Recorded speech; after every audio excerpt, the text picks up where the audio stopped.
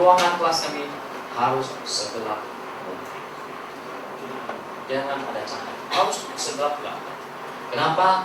Karena konsep ini akan memberikan efek yang luar biasa dalam hal fokus. Ibu ambil contoh nonton, ya. Ketika ibu nonton di film di bioskop, kenapa bioskop itu kalau dia lagi mau main itu semua harus gelap gulita? Bukan lebih seru,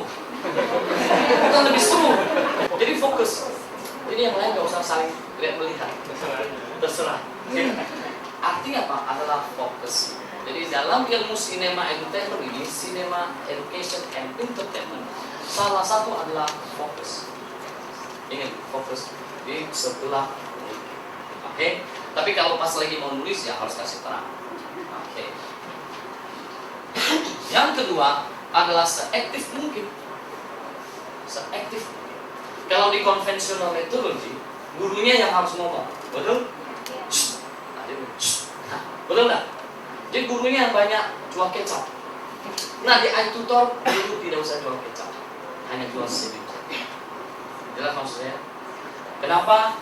Karena guru di tempat kami dia hanya punya 3 tugas: fakultas, ekonomi, manajemen, fasilitator, energizer, dan motivator. Itulah tugas guru di tempat kami. Dan kepada kepala sekolah untuk kontrol gurunya mengajar betul atau tidak paling mudah. Lewat aja di depan kelas. Kalau kelasnya itu sunyi senyap, itu tidak benar. Tapi kalau itu kelasnya kayak pasar, itu baru mantap. Jelas maksud saya? Karena gurunya mulai gini, muridnya yang berkreativitas semua. Itu yang penting. Nah selama ini konvensional tidak memanfaatkan model ini, mereka suka yang celetos. Padahal yang dia kasih keluar ilmunya, kalau bapak belajar di Bangau Putih, itu ban masih ban putih, belum hitam. Nah yang kita punya ban hitam semua.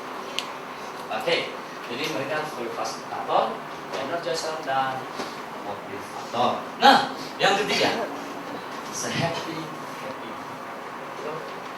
Jadi kita adalah satu harus gelap, kedua harus interaktif, ketiga harus happy. Kenapa happy? Oke. Ada ibu yang punya anak umur 5, 6, 7, 8 tahun. Ibu pernah nggak perhatian anak lagi nonton film kartun? Mereka suka berapa?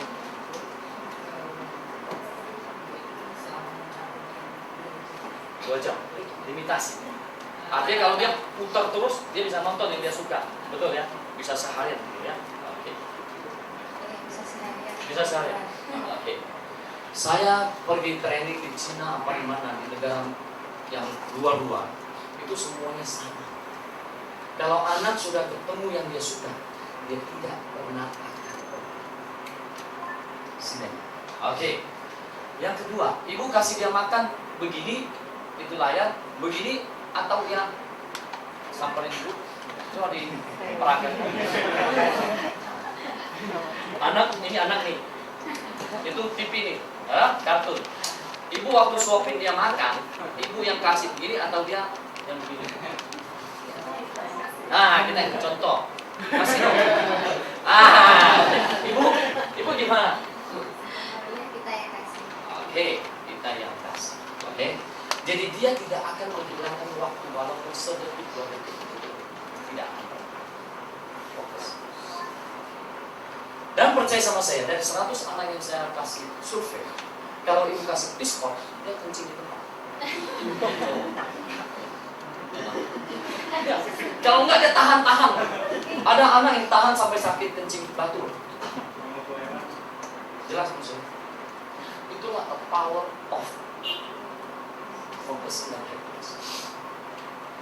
Sama seperti Bapak itu. Nanti yang Bapak itu nanti saya akan interview. Oke.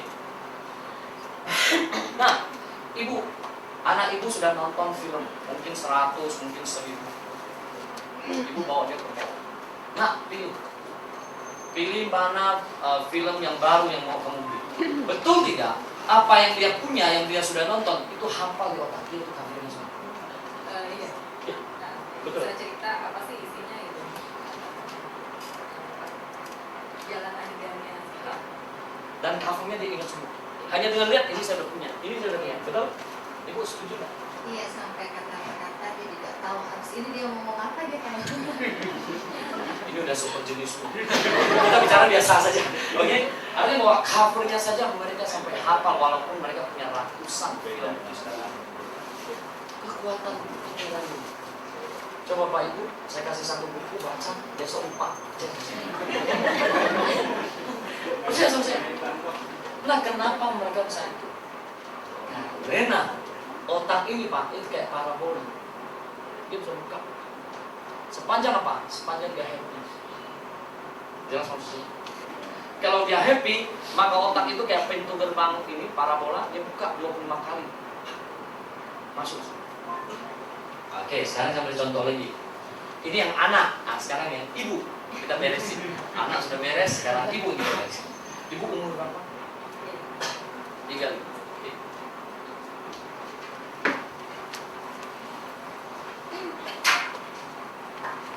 Ibu 1, 35 tahun.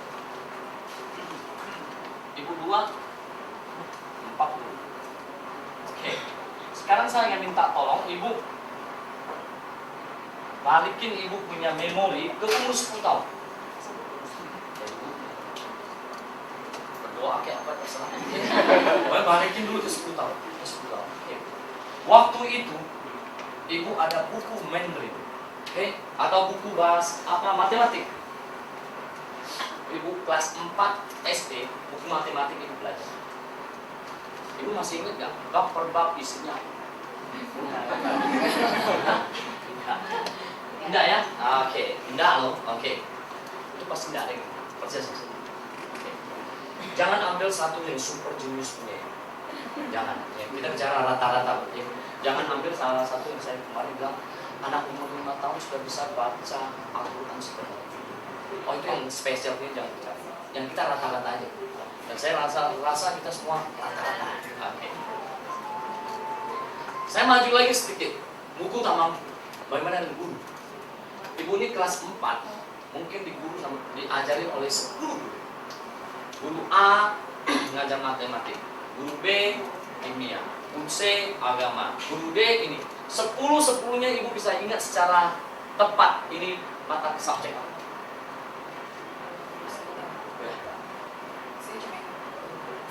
Oke, hanya satu yang wanita.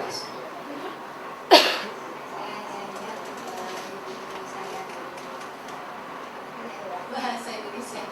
Pasti yang tertampan. Jadi guru yang diingat sama otak kita, satu yang tertampan, satu yang terjelek, satu lagi yang terjahat. Itu yang gitu-gitu yang pasti gitu. Ngerti maksud saya? Oke. Itu selalu akan menempel karena ada memorinya. Mudah dipanggil. Itu asosiasi. Tapi kalau memang hafal satu-satu pasti susah. Oke. Sekarang saya balik lagi ke umur 10 tahun. Ini konvensional metodologi. Ini yang konvensional. Sekarang kita bicara yang multimedia konsep, revolusi metodologi pembelajaran. Oke.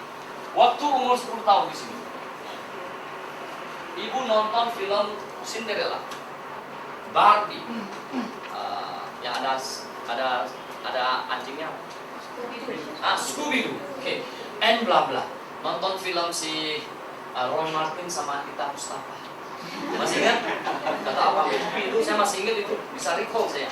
Walaupun sekarang sudah di penjara. Oke. Nah, apa yang saya mau sampaikan? Bahwa ibu waktu itu nonton film-film itu. Sampai hari ini, bagi yang 40 tahun, berarti 30 tahun berlalu, kali 1 tahun 300 film aja, 9.000 film, plus minus 10.000 film. Nonton, ibu pernah buat catatan nggak? Iya. Buat catatan nggak bu nonton? Semua sama.